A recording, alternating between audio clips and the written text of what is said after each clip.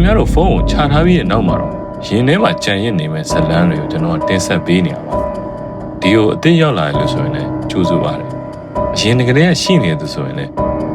ဘာလီလာတော့မယ်ဆိုတော့ခင်ဗျားတို့သိပြီးသားဖြစ်မှာပါဒီညဇလန်းကတော့ရန်ကုန်မြို့ဟာကိုလိုနီတိုက်ဟောင်းနေတခုအကြောင်းပါလေးတက်ပဲရှိတဲ့အစာအုပ်တစ်ခုဒါပေမဲ့ထူးဆန်းတဲ့ညတညမှာ၅တက်ဖြစ်သွားခဲ့ပါတယ်ဒီဇလန်းကခင်ဗျားတို့တကယ်ခြောက်ချားစေခဲ့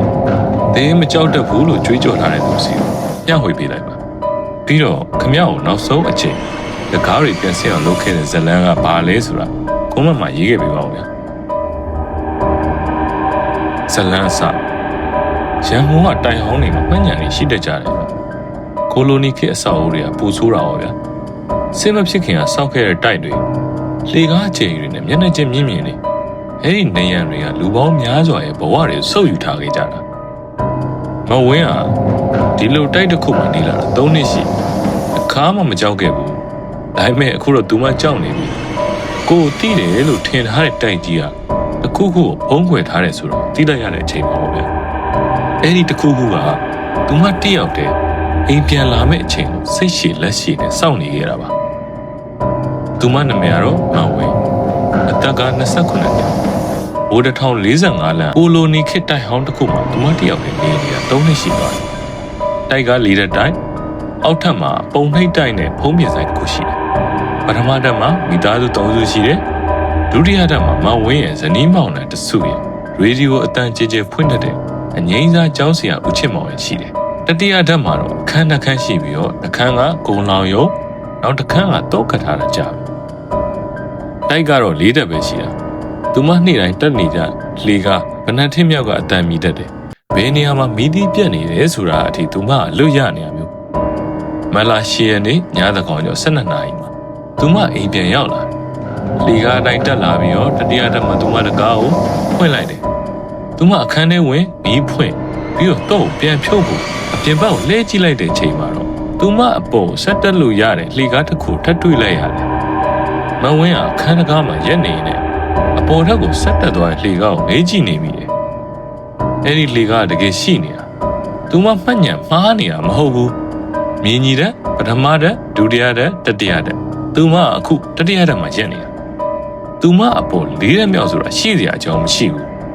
လေကားထိတ်ကအမောင်တို့ထူးဆန်းနေအဲ့ဒီအမောင်ထဲမှာတစုံတစ်ခုကတက်ရှူနေတယ်လို့လှုပ်ရှားနေသူမအခန်းထဲကိုဝင်ပြီးတကားပိတ်လိုက်တဲ့တာပေါ့ဒါပေမဲ့သူမမပိတ်ဘူးသူမနားဆွင့်နေမိခြေတန်းတွေကိုတဖြည်းဖြည်းစိတ်ရှည်လက်ရှည်နဲ့လေကားထိတ်ကိုရှောက်လာတဲ့ခြေတန်းတွေမဝဲအခန်းထဲကိုခြေတန်းတလန့်ဆုပ်လိုက်တယ်သူမမပြေးနိုင်အကြောက်လုံးနဲ့ခန္ဓာကိုယ်ကတောင့်တင်းနေတယ်သူမတကားကိုမပိတ်ဘဲနဲ့အခန်းထဲကထွက်လာတဲ့မီးအောင်အောက်မှာလေကားထိတ်ကိုစိုက်ကြည့်နေမိလိုက်တယ်ခြေတန်းတွေကပိုနီးလာပြီတလန်းချင်းလေကားထိတ်ကိုတော့ရောက်တော့ရက်သွားတယ်အဲ့ဒီမှာလူတယောက်ရဲ့ပုံရိပ်ရှိအမှောင်ထဲမှာတော့မီးရောင်ထဲမှာတော့သူကအရှိကိုနည်းနည်းကိုင်းထားတယ်တစုံတစ်ခုကိုတေချာမြင်အောင်ကြည့်နေတဲ့ပုံစံမျိုးမဝင်းကိုမြင်အောင်အသေးအတန်ကြည့်နေတဲ့ပုံစံမျိုးပေါ့ဗျာမဝင်းဖုန်းကောက်ကိုင်းပြီးသူ့အမေစီဖုန်းဆက်လိုက်တယ်မေသမီးကိုစကားပြောပေးပါဘာအကြောင်းပဲဖြစ်ဖြစ်ဇက်တိုက်ပြောပေးပါဆိုပြီးတော့ပြောလိုက်တယ်သူမအမေကအခြေအနေမကောင်းမှသိလို့ချက်ချင်းပဲဟင်းသီးဟင်းရွက်ဈေးနှုန်းတွေအိမ်နီးနားချင်းရဲ့အကြောင်းတွေကိုဆက်မပြတ်ပြောတော့တာပဲမဝင်းကအမေပေးတဲ့အဲ့ဒီအတန်လေးကိုအားကိုးပြီးတော့လေကားထိတ်ကိုစိုက်ကြည့်နေတော့အဲ့ဒီပုံရိပ်ကလုံးဝမလုပ်ဘူးအရှိကိုကိုင်းပြီးတော့သူမကိုစိုက်ကြည့်နေတော့မယ်အဲ့ဒီညမဝင်းတညလုံးအိမ်မပြောခဲ့နေရုံကြောကပ်ပြီးတော့အခန်းတကားကိုဖွင့်ထားလျက်နဲ့သူ့အမေနဲ့2နာရီလောက်ဖုန်းပြောနေခဲ့တယ်ည1နာရီခွဲမှာ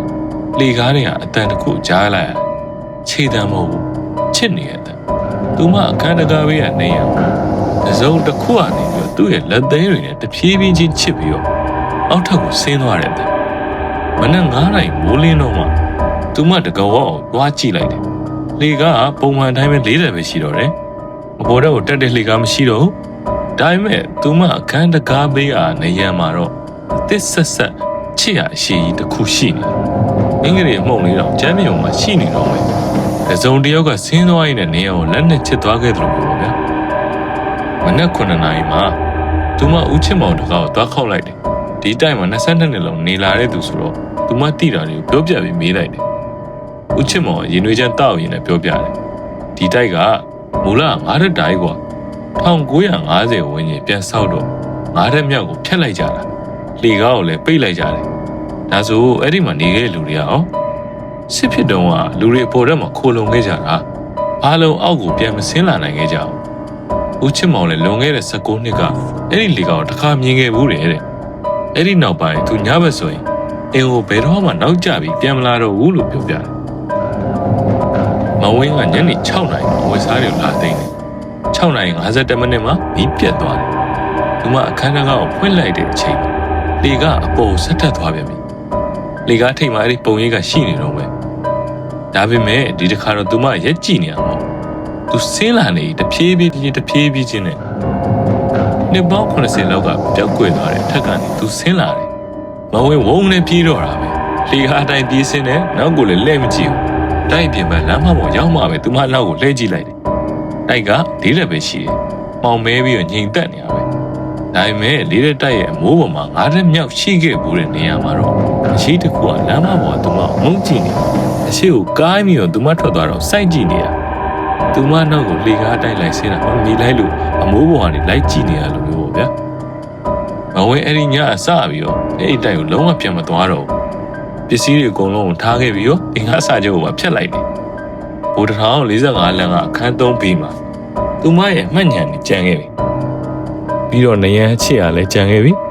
6လအကြာမှာတော့အဲ့ဒီတိုက်ကြီးကိုဖျက်လိုက်ပြီဆိုတဲ့သတင်းကိုသူမကြားလိုက်ရတယ်အဲ့ဒါကအဆုံးသက်လားဒါမှမဟုတ်တခြားနေရာပြောင်းရွှေ့သွားလားသူမကတော့အဆုံးသက်လို့ပဲယုံကြည်ထားလိုက်တော့တယ်အဲ့လိုမှမဟုတ်ရင်သူမရဲ့ကြောက်စိတ်ကဘယ်တော့မှရက်တန့်မှာမဟုတ်လို့ပဲဗျသူမအခုနေတဲ့တိုက်သစ်မှာတော့မီးတွေကိုအကုန်လုံးဖွင့်ထားတယ်